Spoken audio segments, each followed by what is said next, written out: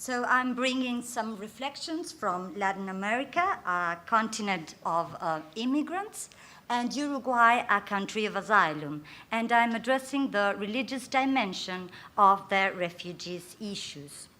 As a preliminary statement, I'll wish to start by saying that religious beliefs brought by migrants pose challenges which contribute to human advancement in the end. Well, if we look at humanity, human migration is as old as humankind, connatural to man. Just think about the expulsion of Adam and Eve from paradise, and from there, humankind wandering all over the world. We are all migrants. Encounter of diversity challenges adaptation of both. Robinson Crusoe meeting Friday challenges both and enriches both. Cultural enrichment, progress in knowledge and human promotion can be said to be broad also because of these migrating movements. We may even speak about migration of culture across the globe. So awareness of the altar of the other also teaches, because while searching for solutions to harmonize, to reconcile differences, well, we must sharpen our ingenuity to find reasonable accommodation. So it is enriching. Migration humanizes.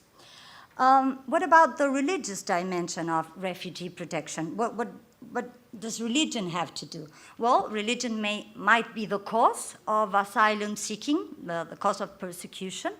It may be the provider of humanitarian response. Very often, religious institutions are main characters in relief provision.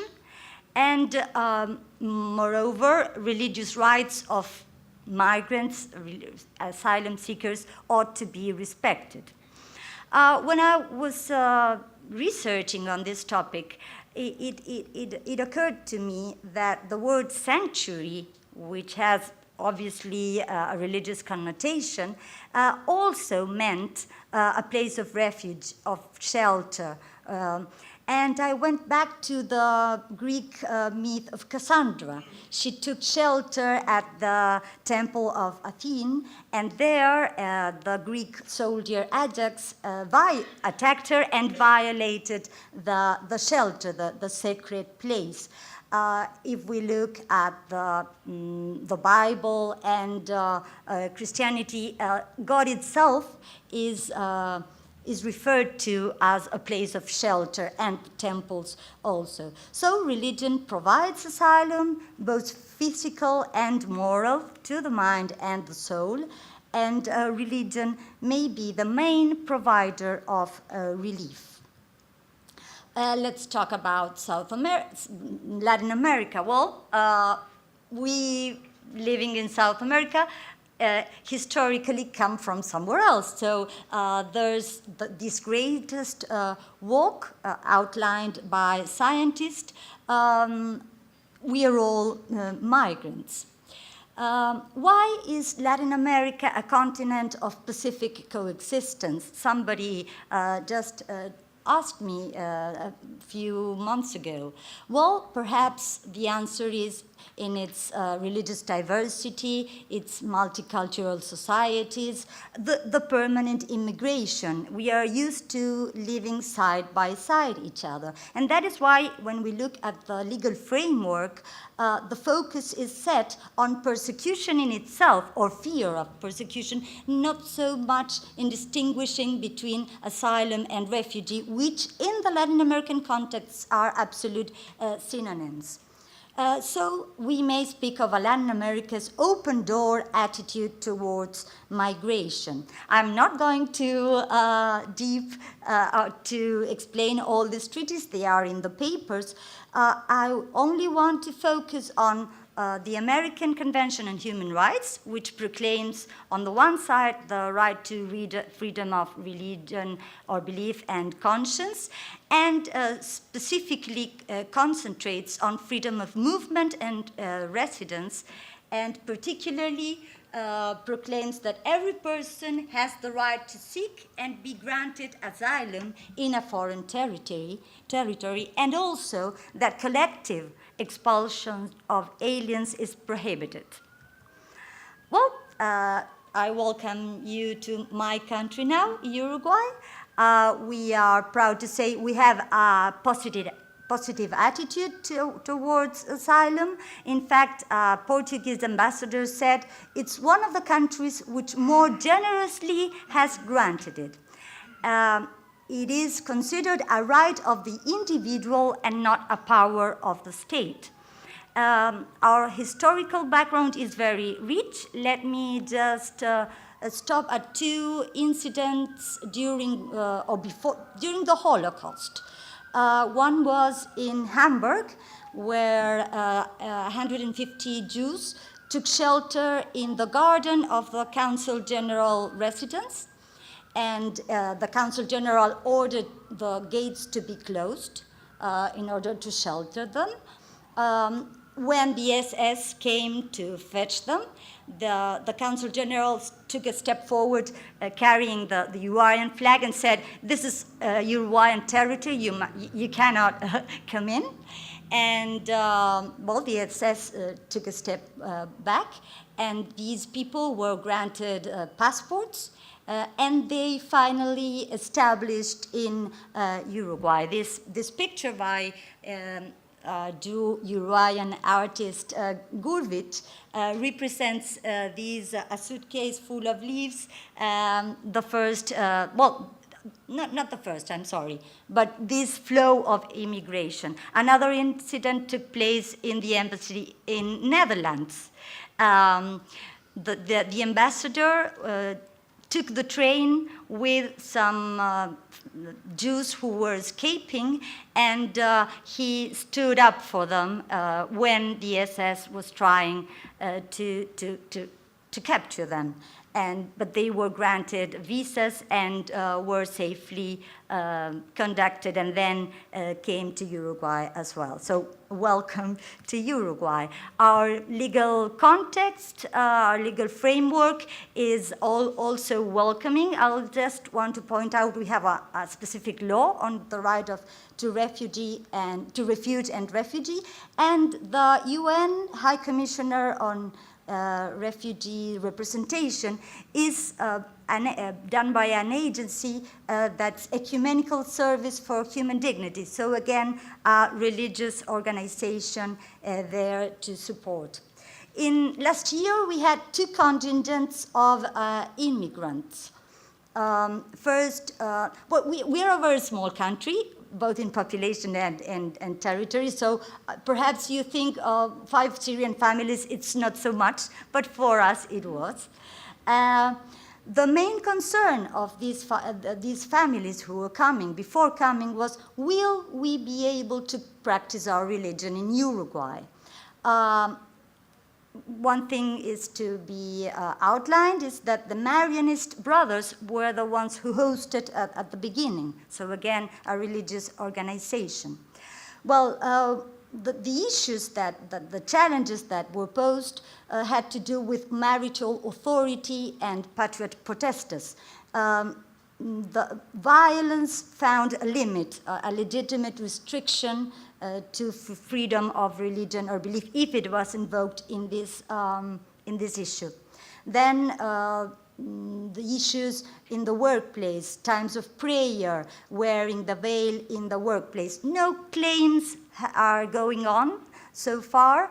The International Labour Organization conventions provide the grounds to manifest, manifest their religion, so there shouldn't be a problem. Again, with religious burial of relatives, there aren't any Muslim cemeteries, but it's being negotiated right now. Then about ritual slaughter and diet.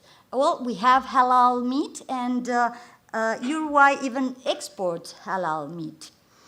The crucial issue, the most controversial, was wearing the veil in public schools, because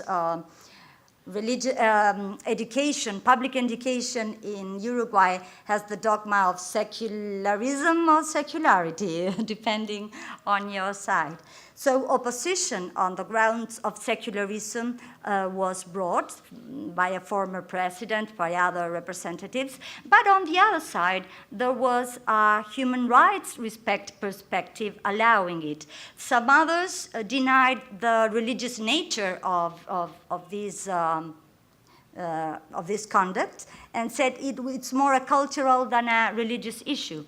I think the question that is behind all this is the right to education. What would happen if we actually forbid girls from wearing the veil at public schools?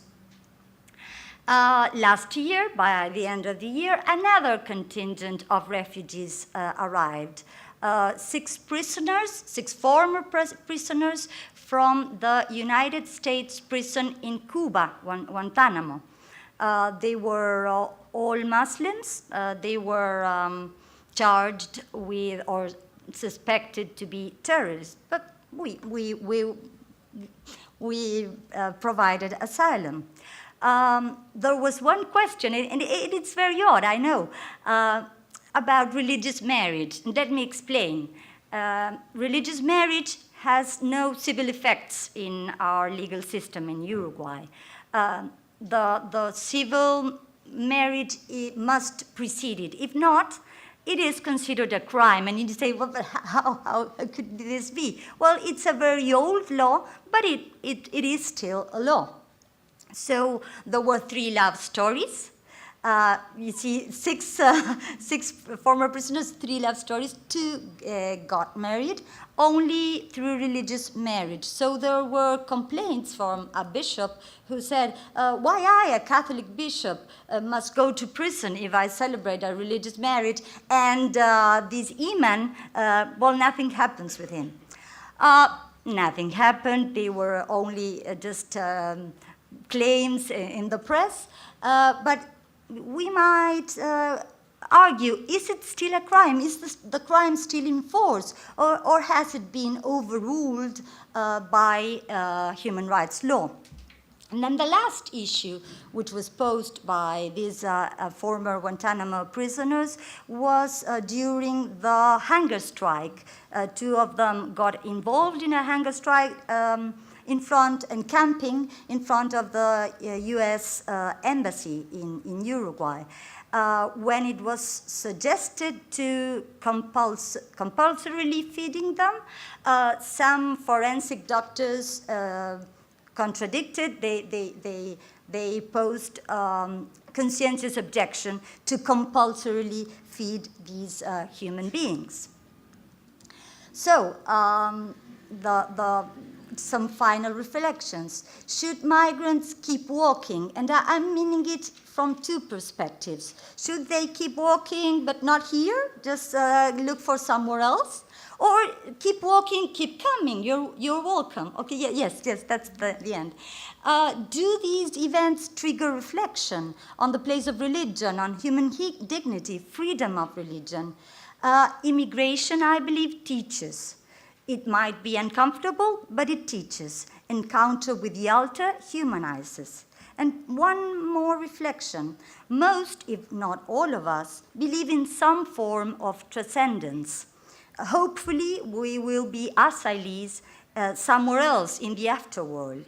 So may we deserve to be granted asylum in the afterworld in the same way we have been sensitive to those in need here. Thank you.